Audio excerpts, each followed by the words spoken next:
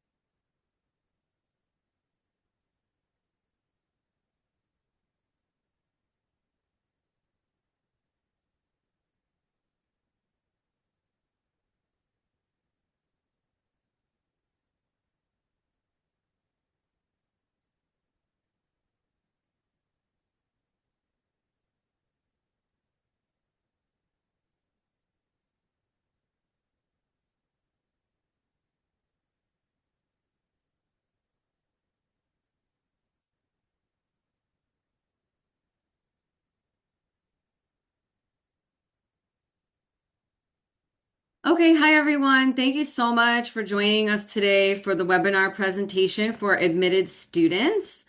So first of all, congratulations on your admission.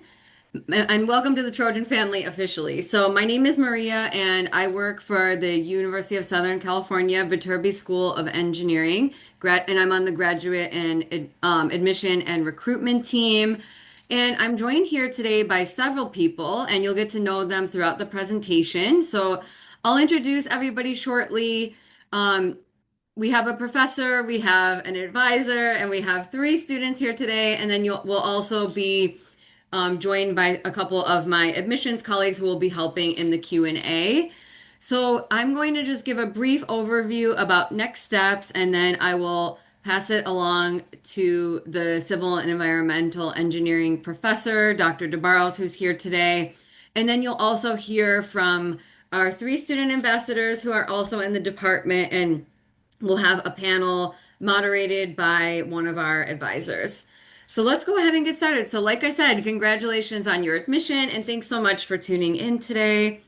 Of course, getting into USC for graduate school is a huge accomplishment, and you should definitely be proud of yourself. We know that you have many choices when it comes to continuing your education, and so we're really happy that you're considering USC, and we hope that this webinar will assist in helping you to make your decision about whether or not to attend, and we hope you do. So let's get started. So, of course, you're considering grad school right now. And some things to factor in to your decision may be, your career goals or your academic goals after graduation. You're also probably considering location. So maybe you already live in California, or maybe you live halfway across the world or across the country, and you're thinking about coming to sunny Los Angeles to continue your studies. So, of course, we're going to talk a little bit about why that would be a great decision. Also at USC, we are the Trojans. So the Trojans are not only our sports, but also that is our network. So every student who attends is a Trojan. We're all Trojans, staff, faculty, everybody here. And we're all part of the Trojan Network. And you'll hear a lot about that if you become a student or even starting now. So that is a network of students, alums, faculty, everybody. We all help each other out and we want to see each other succeed. And it's a resource that you can use that will only help you throughout your life. And then, of course, you may also be considering research opportunities. So we'll talk a little bit about that as well. So, just some facts about the Viterbi School of Engineering itself. So, the Viterbi School of Engineering is one of 22 academic schools at the University of Southern California. And we have been around since 1905. It's named after Andrew Viterbi. He created the Viterbi algorithm, which helped to eliminate noise in between when you're talking on the phone with somebody else. And he also founded Qualcomm, so very established engineer. And you'll be part of if you come to Viterbi, we have over 100,000 alumni worldwide. It's ranked number 20th of all engineering school grad schools in the US. And we have a very high annual research expenditure. So clearly, we're pouring a lot of money into research and very invested in that.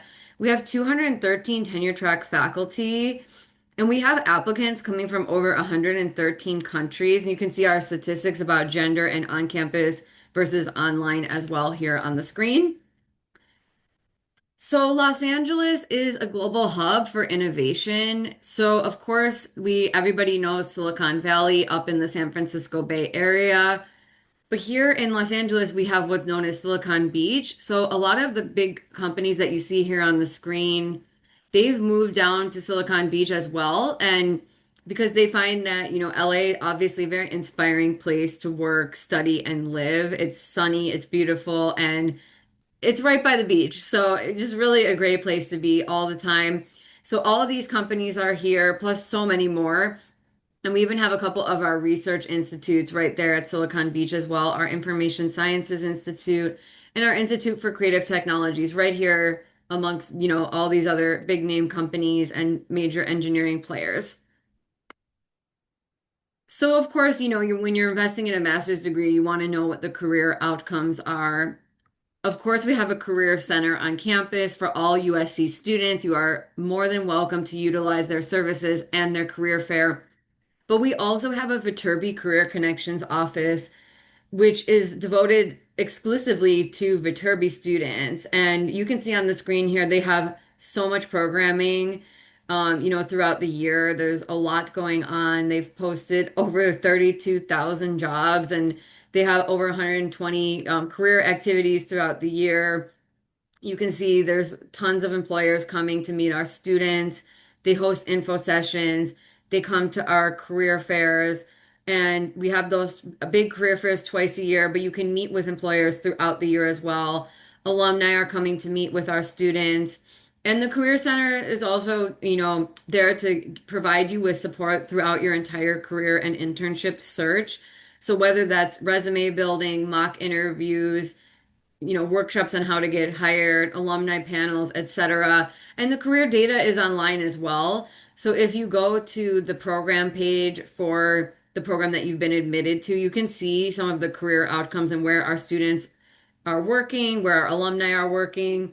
And this is on the Viterbi Career Connections page as well. So we want to be transparent. Our students are getting great jobs. And LA is an amazing place for engineering. They hire in the city, LA hires more engineering grads than any other city. So really, it's a great place to be. And you can even do internships while you're in school. And that's the beauty of being in a major metropolitan area as well, is that, these opportunities are right here and accessible. So let's talk about the next steps. So the next steps would be to explore, the in-person and virtual admitted student events. So congratulations, you already started on that. This is the virtual admitted student event, as you know, for the Civil and Environmental Engineering Department. You're about to get a load of information in here straight from the department very soon. And we're also hosting in-person admitted student events on campus and as well in many cities across the US and the East Coast and even the Midwest and a little bit of the South as well as the West Coast, all up the West Coast. We're also going to be in Canada and we're going to be in India and East Asia. And so we're really hoping, that we can connect with you even if you can't visit campus before you commit, maybe we can find you in your city. So if you live in any of those cities, definitely sign up and you can meet with one of us as well as current students and alums who will be joining us for these events too. And then on this page, you can also sign up for the the ambassador coffee chats. You can learn more about our wellness initiatives, and we'll be sending you email reminders about everything as well. So definitely save that page, and I'll drop it in the chat later as well. And so the next step would just be to submit your statement of intent and commitment deposit by the deadline. The deadline you can find in your USC portal. That's YOUSC. That's where you also have your admission letter. So The sooner you submit your statement of intent, the sooner you can unlock the next step. So if you're an international student, you can request your I-20, or if you're an international student already in the US, you can start getting ready for the transfer process. You can also access pre-orientation materials. You can join the Viterbi mentorship program. You can also, obviously you're already connecting with your department through academic webinars, but we'll have other programming, as I mentioned, like the ambassador coffee chat, so you can speak directly with students, and you can explore and secure housing options. Okay, so before we hand it over to Dr. DeBarros, I'm just going to give a brief overview about what to expect for the rest of the webinar. So he is a professor in civil and environmental engineering, and he's going to be giving an overview about the department, followed by a panel that will be led by Emily Millard. She is one of our senior advisors here, and she works very closely with civil and environmental engineering students. And then we are joined by three of our students, and you can see them here on the screen. We have Akansha, she's majoring in construction management. Sneha is majoring in transportation engineering, and Manor is majoring in MS in sustainable engineering. And they will introduce themselves very shortly, and you'll get to hear their stories and their journeys of how they ended up here at USC. And so, without further ado, I'm going to make Dr. DeBarros a co-host so he can share his screen. So, thank you so much, Dr. DeBarros, for joining us today. Always a pleasure to connect with you and excited to hear more about the department. Thank you so much. Thank you. Can everyone hear me okay? Yeah. All right. So I'm not going to share any screen or anything. As always, I go with the wind, right? So greetings, everyone. Again, thank you for this wonderful introduction as well. My name is Felipe de Barros. I'm a professor in civil and environmental engineering, as previously mentioned. My area of expertise is groundwater hydrology and fluid mechanics, water resources engineering. I've been at USC for about 12 or 13 years, maybe 13 years, I think, if I do the math. Yeah, 13 years, exactly. Yeah. And I've been very, very happy here. I had the wonderful opportunity not only to do research here, but work with fantastic students, both at the undergraduate level, but also in the graduate level. It's a great department to work in, to be honest with you. Before that, maybe I can ask the organizers. I don't know what is the ratio here in terms of environmental versus civil. Is there some information on this? Not that I know personally, but if anyone who's here today, if you want to put which major you're in, which major you've been admitted to in the chat, feel free to, for the participants, if you can go ahead and share in the chat real quick, like which major you've been admitted to, that would help Dr. DeBarros to connect better with you as well. Exactly. I do appreciate it. Thank you so much. I appreciate it. But anyways, I mean, just giving an overview of the department itself. As I mentioned, an excellent department to be in. Working is fantastic here, and I'm surrounded by great colleagues, faculty, and also staff as well. Not only at the department level, but at the school level too. All right. So, talking about expertise of the department, civil engineering and environmental engineering, these are very broad areas, right? Um, but what I can tell you is that under the civil umbrella, we have structural engineering, for example. We have construction engineering, for example, construction and management, right? But we also have, faculty that are experts in networks such as transportation as well. Okay. Now, and not to mention water resources engineering, hydrology, and coastal engineering. So these are the expertise of the faculty in civil. On the environmental side of things, we have expertise in membranes, wastewater treatment, water chemistry, for example, food security as well, and also energy, as well as climate. So it's a pretty broad department. We have expertise in many of these areas.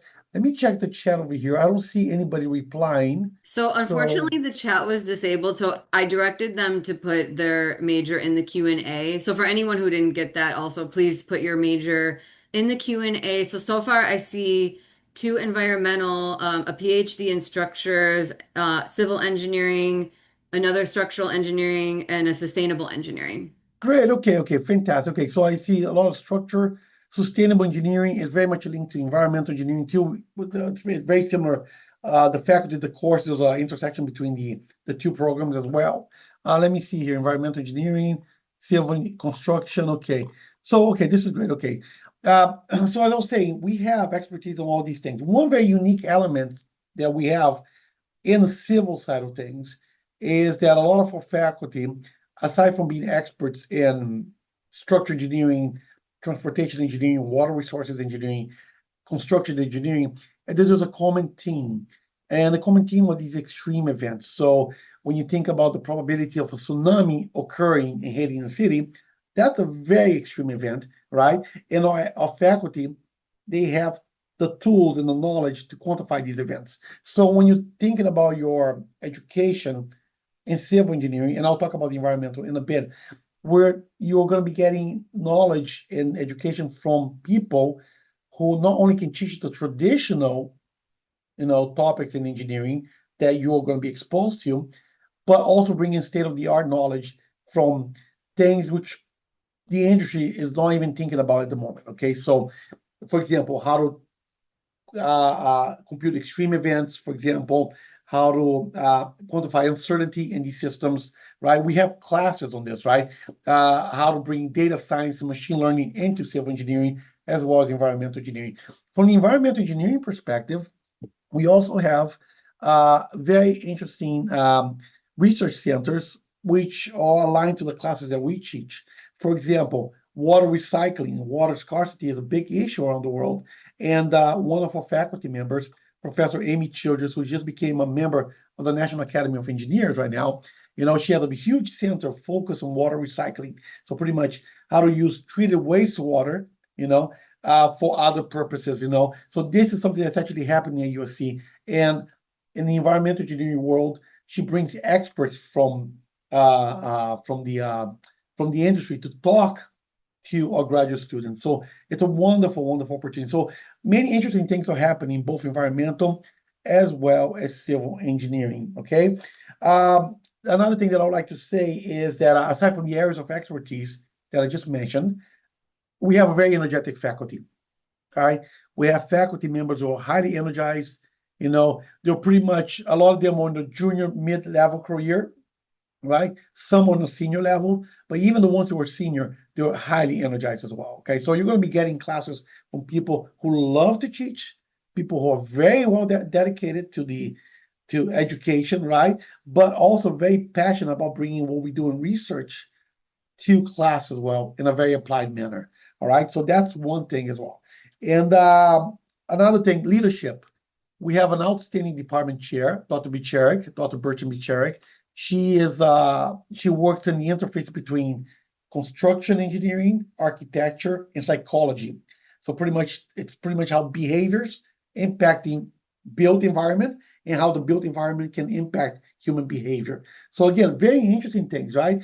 But she's a great leader, okay, aside from her research, which is very interesting. She's very open to talk to people, and she leads the staff as well in a very open manner, meaning that you're going to be getting a lot of good, let's say, support in the department too.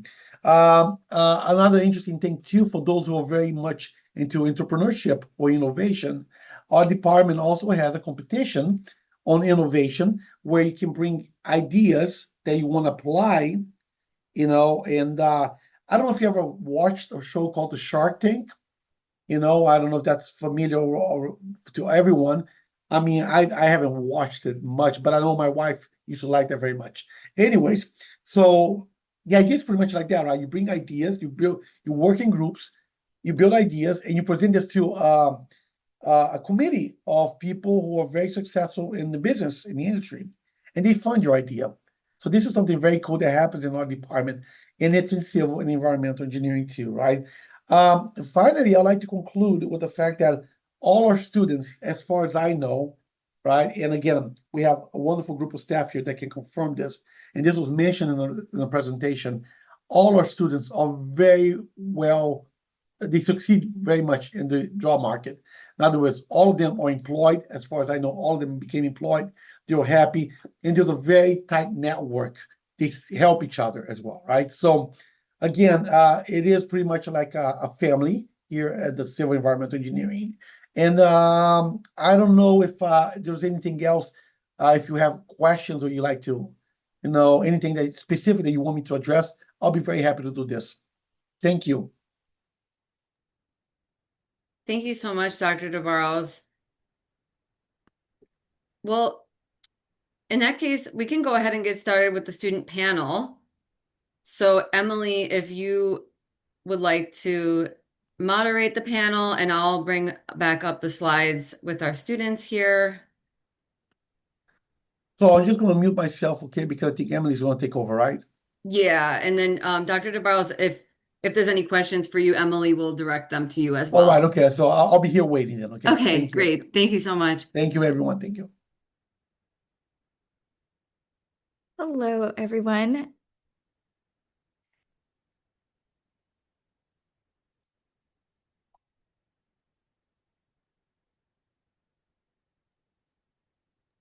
Is the screen showing up? It is, Okay. yes, Okay, it is perfect. up. Yes.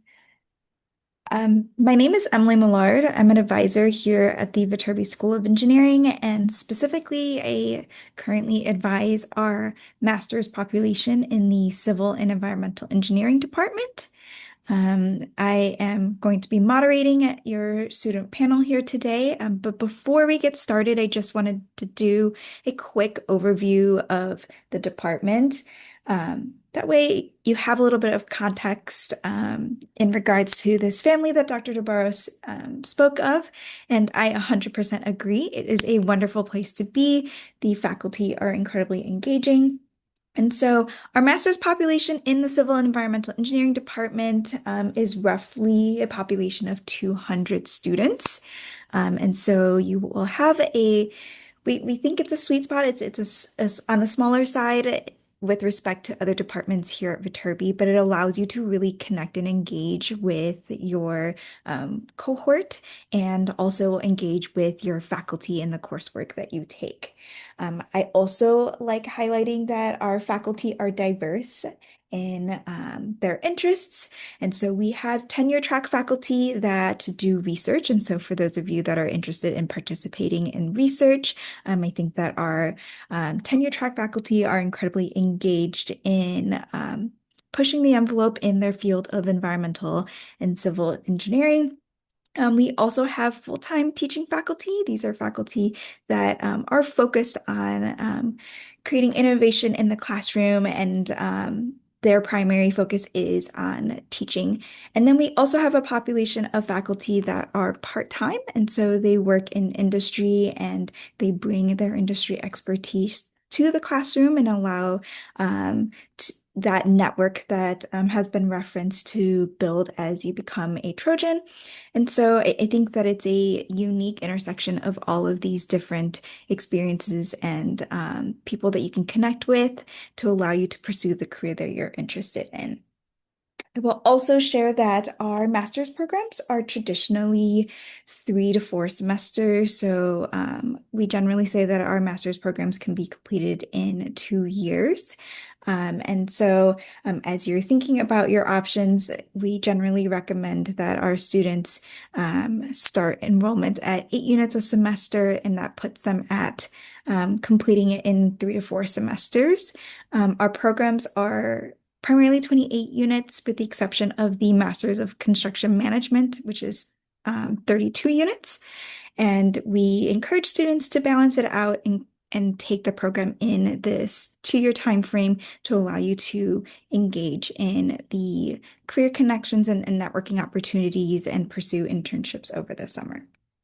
And so I wanted to just give that quick overview. And then if we also don't mind taking a minute and having each of the ambassadors introduce themselves, share what major that they are studying, and why they decided to pursue their program here at USC.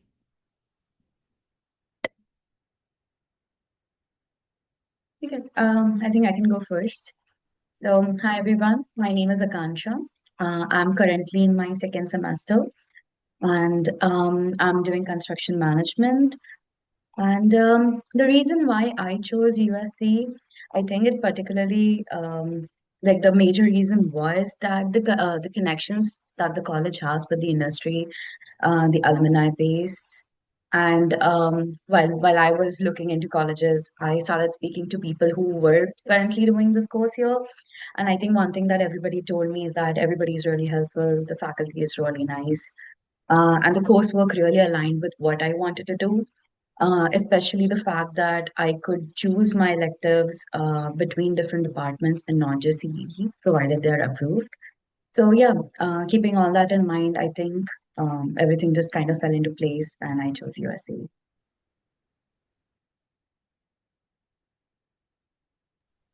Um, Maybe I can go next.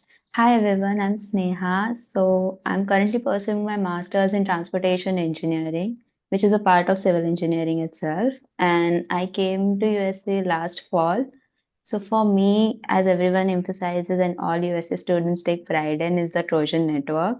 So even for me, that was more of like a confidence gaining aspects of USA. Like I connected with multiple people and they were like, this is something that would give you a great experience, both academically and for me, it has been the same. And of course, the second was like the location because I genuinely wanted to come to LA for sake because of the industry exposure. And so far, it's been great.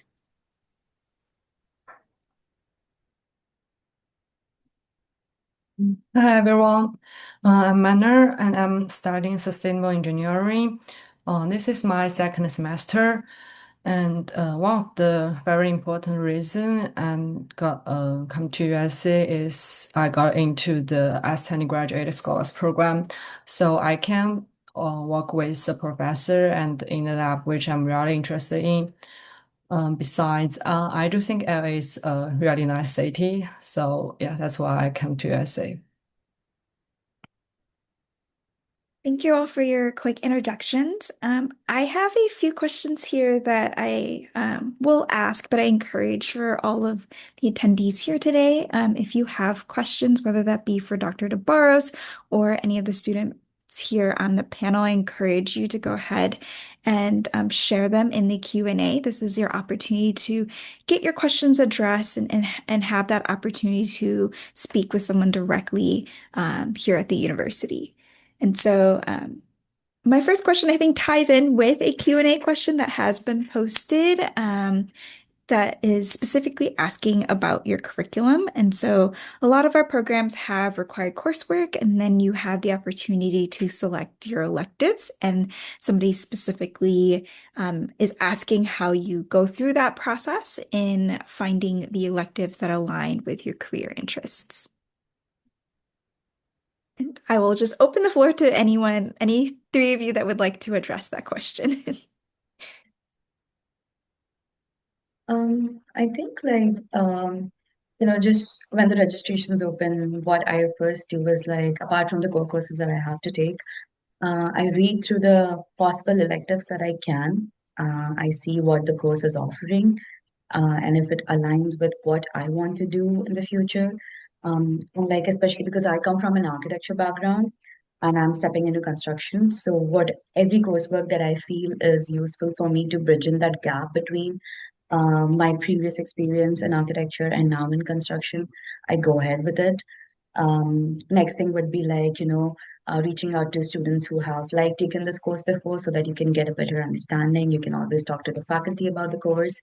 And yeah, and then they decide what's best for you. Yeah, because I'm in the sustainable engineering program and which offers 3 tracks, and I chose to focus on the energy and power system track. Since my research centers on energy system and infrastructure resilience, so I select electives that strengthen my technical foundation in power generation and renewable energy integration. And also, because my undergrad major is JS, so I'm especially interested in the spatial and the resilience aspects of energy system. So I look for electives that allow me to combine engineering analysis with spatial data and policy considerations. Yeah. Great.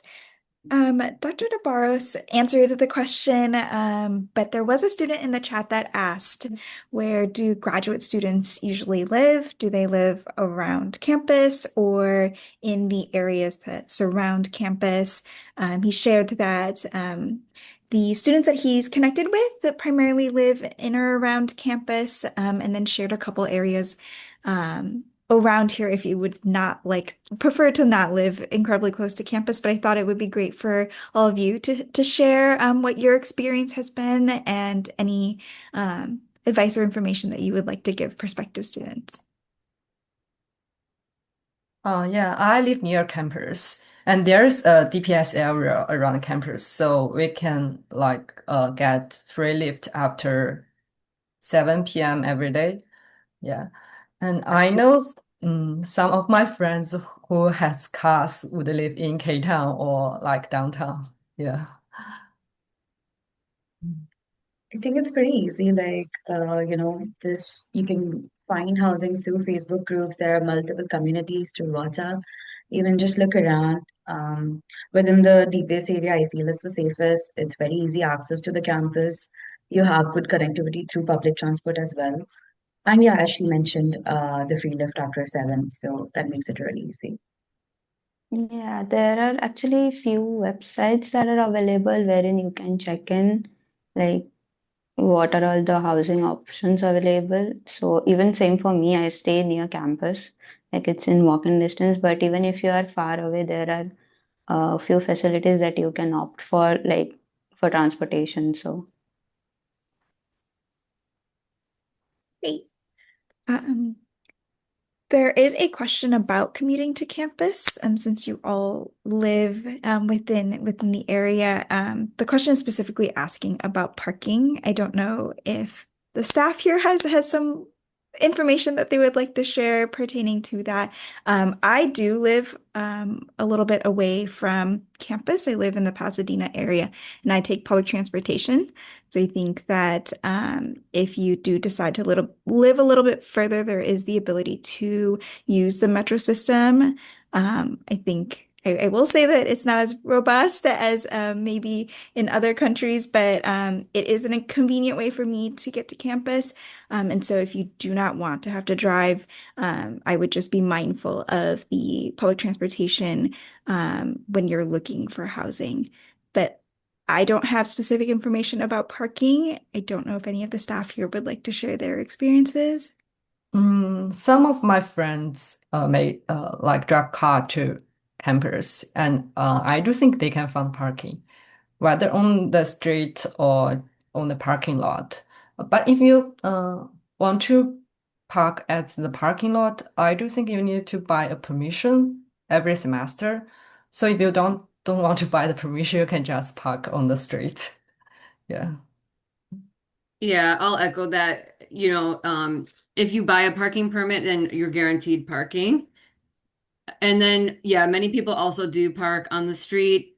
I do that. So, there's options. And then, of course, many people like Emily also take public transit. So there's definitely a lot of options. And for those who live near campus, I think a lot of people walk to campus or yeah, there's a couple buses, I think. I don't know. For those of you who live near campus, you can speak a little bit more about that too. But I think most people walk to campus. yeah, from my housing, basically there are like multiple buses that come directly to like drop us near the campus. So I guess that is more feasible. Like there are buses options that we can opt for. Yeah, for me, like from my apartment, we have both metro connectivity and the shuttle connectivity. So I just like, depending on my timing and whichever is available first, I just choose and go ahead. Thank you all for sharing. And then there is a question in the Q&A that asks whether or not students are allowed to earn credits through internships in place of standard courses. So I will share that policy does differ by department, but here in the Civil and Environmental Engineering department, If you do an internship, you, as an international student, will be required to enroll in an internship course. And if you elect and would like for that internship course to count towards the program, you can take the specific course that will be applied, and we allow up to 4 units of internship coursework to be applied towards your degree. So I think long answer short, yes, it is possible when students are interested in doing that. Once you're here, we'll have longer conversations about how you would navigate that process.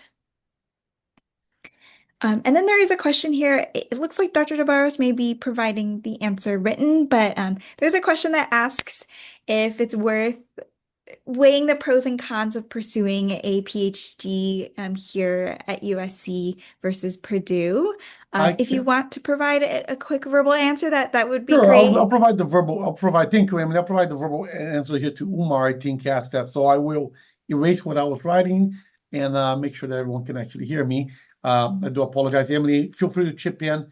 Did I cut you brutally, or Emily, did I cut you off, or okay? That's okay. So, with your permission, Purdue versus USC. Look, these are two excellent universities. Okay, I mean, I love Purdue as I love USC. These are great schools. But there are differences here that you have to consider. All right, you're going to get great faculty in both places, and they might have their own unique, let's say, how should I say, their own unique take on what they can offer, as we have our take on what we can offer. So, as I told you already about our expertise and what we can actually offer. But I think another thing that you might want to consider, Umar, is location as well. As in the beautiful presentation that was shown early on, you have so much industry kicking in here in the LA area. You are connected to high-tech industries, even like, for example, spatial aeronautical engineering industries, which they need civil engineers and environmental engineers as well, right? You have SpaceX, you have so many other companies around here as well. So again, it depends on location, right? I mean, where you're going to be well connected, places that you can actually visit easily and talk to people, and also the network. The network also means a lot. I know USC has a very strong network. I don't know about Purdue. I'm sure that they have something good, but I can only speak about the USC. But anyways, both universities are excellent. Congratulations if you were accepted on both of them, okay? But it's just a different flair, you know what I mean? But if you want for a PhD, again, it depends very much on the research topic, okay, that you want. My answer before was more on general education. For a PhD, it depends who you're going to work with, all right? It depends what kind of research you're interested in, all right? So maybe there are faculty here at USC that can provide you a very unique PhD team based on the grant that they have that somebody in Purdue doesn't have, or vice versa. It can also happen. So here you have to talk to people, as much as you can in order to get the best information, the right amount of information that can actually help you make the best decision possible. I hope that answered your question, Omar. I have one more thing to add about Sure. the Purdue versus USC. Of course, I wholeheartedly echo everything that Dr. DeBarros says, and I also wanted to add that you may not know this, Umar, but well, you probably know that Purdue and USC are both part of the Big Ten, and that's not only an athletic conference, but it's also an academic alliance. And fun fact, everyone who attends a Big Ten school has access to the libraries, virtual libraries of every other Big Ten school.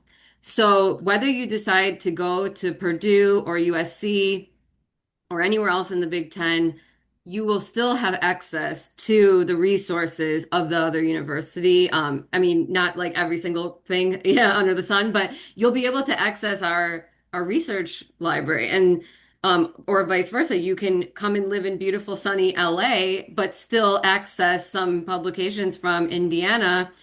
And so I just wanted to add that feel free to check out the Big Ten Academic Alliance, and I think you'll find that there's some really nice overlap and And you can always go to the USC football game when we play against Indiana, and you can root for whoever you want.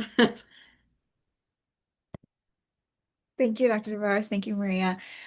There is a question that is asking about students involved in research. I know here we have a student that is involved in research, and so maybe you can share a little bit about your experiences of how many hours a week that you typically spend on it. And I will quickly answer the second half of this, which is, are they thesis or non-thesis tracked? So here at USC, the Civil and Environmental Engineering Department does not require a thesis for any of our degrees. Our students mostly participate in research on a non-thesis track. There are multiple ways to do this. You can volunteer in a lab. Manor will discuss the Astani Scholars Program, but you can also take research for credit. And so we hope that you join us this fall, but if you are interested in research, we can definitely connect and talk a little bit more at length about what your intention and your goals are and what you're hoping to do with that research and how we can consider your options to best align with that. But I will pass things over to Manor to share a little bit about what that research experience has been like. Oh, yeah. I think the Astani Graduate Scholars Program requires students to do at least 10 hours per week. But from my perspective, I think I spend more time on that. Maybe like between 20 hours to 20 hours per week. I do think it depends on yourself. If you want to spend more time on research, you can spend more time. But if you just want to do the task, maybe the professor asks you to do, you can just spend 10 hours on that. Yeah. Then, Dr. Tavares, did you want to share from your perspective how you engage with students that are interested in research? Of course I can. Thank you, Emily, for the opportunity. Yes. Again, I mean, it's all depending on the advisors, right? I mean, typically, research, how can I say this? Research works in a very nonlinear way, right? I mean, of course, you can dedicate 4 hours and get nowhere, and then suddenly dedicate 5 hours and then you get a lot of it, right? So it depends very much on the task that you have at hand, the professor you're working with, okay? And it depends on, let's say, the type of nature of work that you have. For example, if you're doing experimental work, your tasks are very well defined. For example, you have to be trained on how to use the lab, and then you'll say, okay, I have to do this, and that. So it's kind of like repetitive, right? And then you collect the data, you analyze the data, and that's a different story, right? Whereas if you're doing computational work or theoretical work, you're different, but that might involve other types of skills, right? So maybe I have to spend a lot of hours in the beginning trying to understand what the problem actually is, the math of the problem, and how to code that, right? But once you have that, everything goes smoothly afterwards. So it's very hard for me to tell you how many hours you would typically have to dedicate, because research is something that it's not something that you read in a textbook. You know what I mean? It's driven by passion, if I may, right? And here the good thing is that we have faculty members who are very they have a lot of empathy towards your time. So for example, if you have a week, they have a lot of exams, for example. It happened to me multiple times with students I worked with, and they tell me, I cannot dedicate to research this week. I said, fully get it. I understand. Don't worry. Focus on your exams. And then they compensate the following week. So there's a lot of that conversation. I don't know if I addressed the question, Emily, properly, but I just want to give that perspective, from as a faculty, right, who's actually research active, that there's not a script on how many hours, research has to be carried out, right? Thank you. Thank you, Dr. Tavares.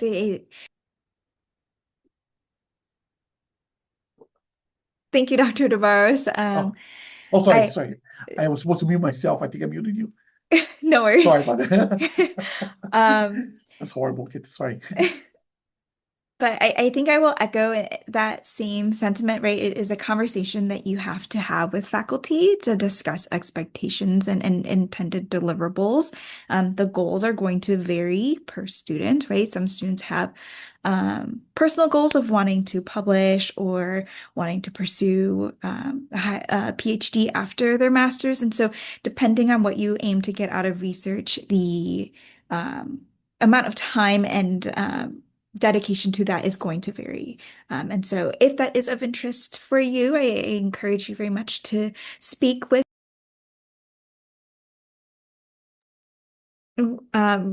get connected when you are here at USC. Emily, I do apologize. I did it again. Sorry, I wanted to No unmute worries. myself and I muted you. So I do apologize. I mean, this is like a comedy show now. So Emily, do you mind if I add just one piece of Go for it. information, if that's okay? Because you did mention the PhD, right? And oftentimes, of course, when you come to a master's, you want to work with a professor, and then let's say you want to do a PhD with a professor, right? First, getting into a PhD program is highly competitive.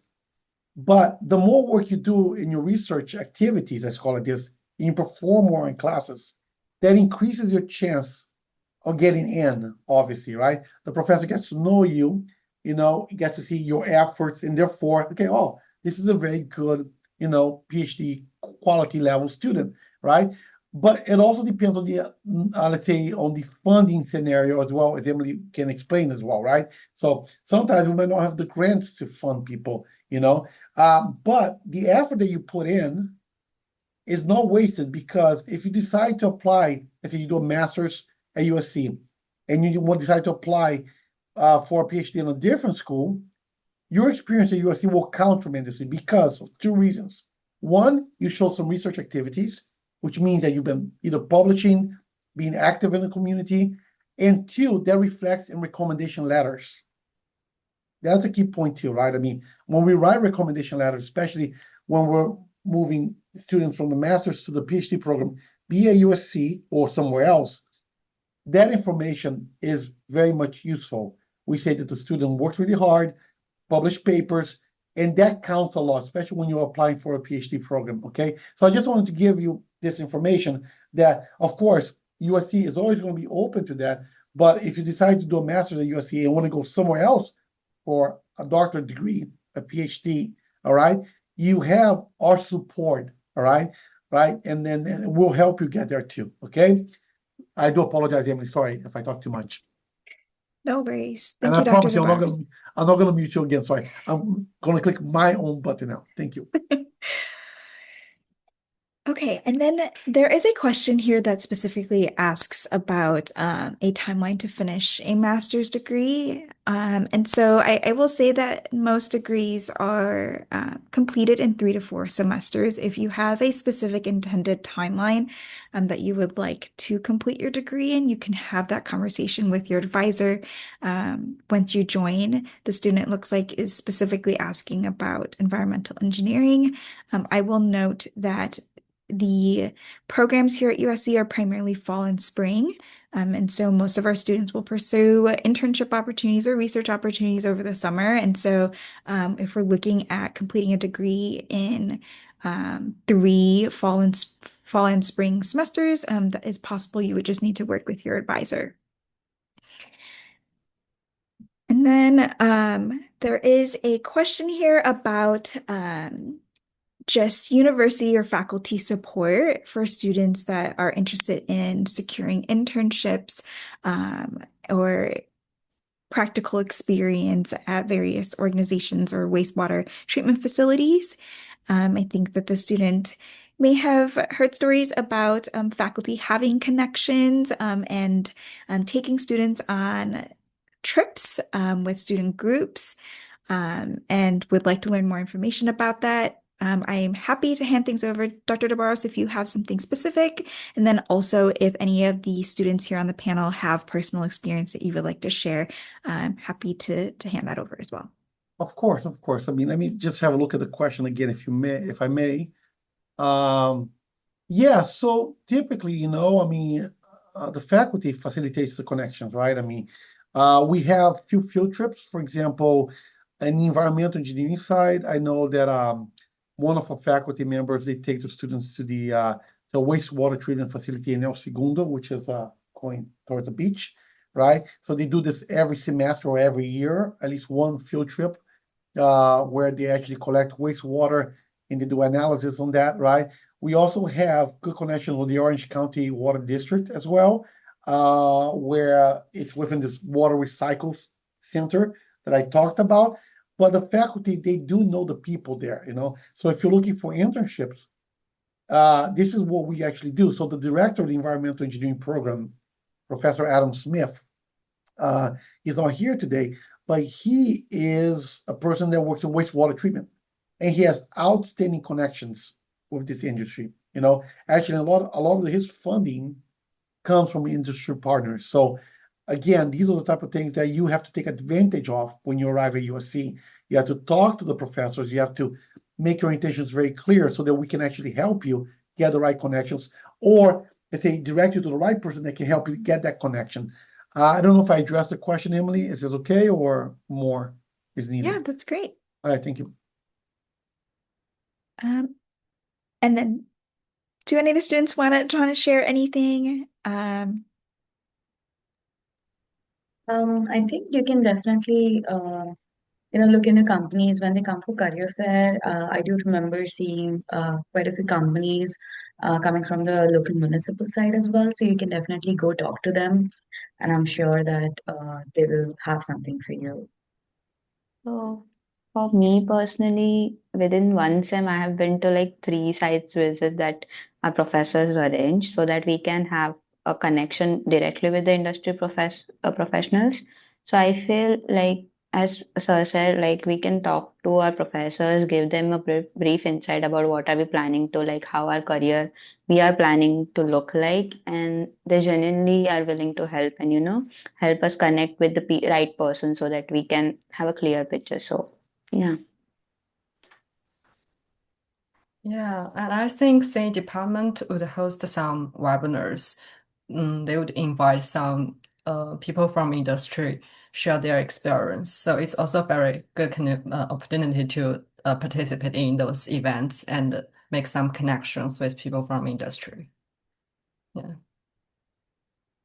Okay, and then the last question here in the Q&A asks Manor specifically about your research experience as an Estani scholar. I think they're trying to ask if it is leaning more towards industry or academia. Oh, yeah. My research experience as a Estonian scholar has been, I think it's really rewarding. And I'm currently working with a professor rather than directly in an industry setting. So my work is more academically focused. But I do think it helps me a lot when I'm looking for the internship. Actually, I'm looking for the summer internship now. I think it helps me get some interviews because I'm working with the utility data now, and yeah, I get some interviews relevant to the utility company. Yeah. Perfect. Thank you so much. There was a chat in here specifically asking about the STEM OPT process. I will say that all of our programs here in the Civil and Environmental Engineering Department are STEM OPT eligible. Regarding the process for how to request OPT and CPT, that is a rather involved process. It is something that we coordinate with our Office of International Student Services. And so I don't have specifics to share about that process. You are more than welcome to review the information on the OIS website. But I will say that the nuances of finding employers and job opportunities after you graduate, you have resources here at USC. Should you decide to come here, you can tap into the network of alum in addition to the faculty that are well connected. And so I always tell students that, you're not searching for that job in that final semester. You're doing things throughout your academic journey to build those connections, to find those opportunities from the moment that you step on campus. And I know we're nearing the end of our time here, and so um, there is this last question here. I think we'll ask Dr. DeBarros if you would like to answer. There are questions about international connections and whether there are opportunities um, to connect with, I think, opportunities on a global scale in the field of civil and environmental engineering.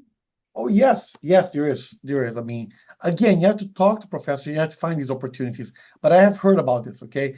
A lot of projects that our faculty are involved or are on an international level, both in terms of research, but also the more, let's say, applied faculty, like especially professors of practice, they have been involved in some international projects and they can connect you to the right people. Again, it all depends on you, I mean, I think Dylan asked a question, I think, right? So it depends on you, Dylan, in a way that just ask, talk to people, be proactive, Unfortunately, these answers don't fall from the sky, right? You have to actually go there, talk to the faculty, say that you're interested, and then, of course, through those connections, you're going to find the right person, okay? So that's just my suggestion. Thank you so much, Dr. DeBarros. Oh, my pleasure. That will wrap up the Q&A session. Thank you all so much for joining. I enjoyed answering and just hearing from our potential new cohort of students that will be joining us this fall. If you have any additional questions, I know that Maria had shared some information in the chat throughout this session. I encourage you to take a look at that information, and I will pass things over to Maria to close this out.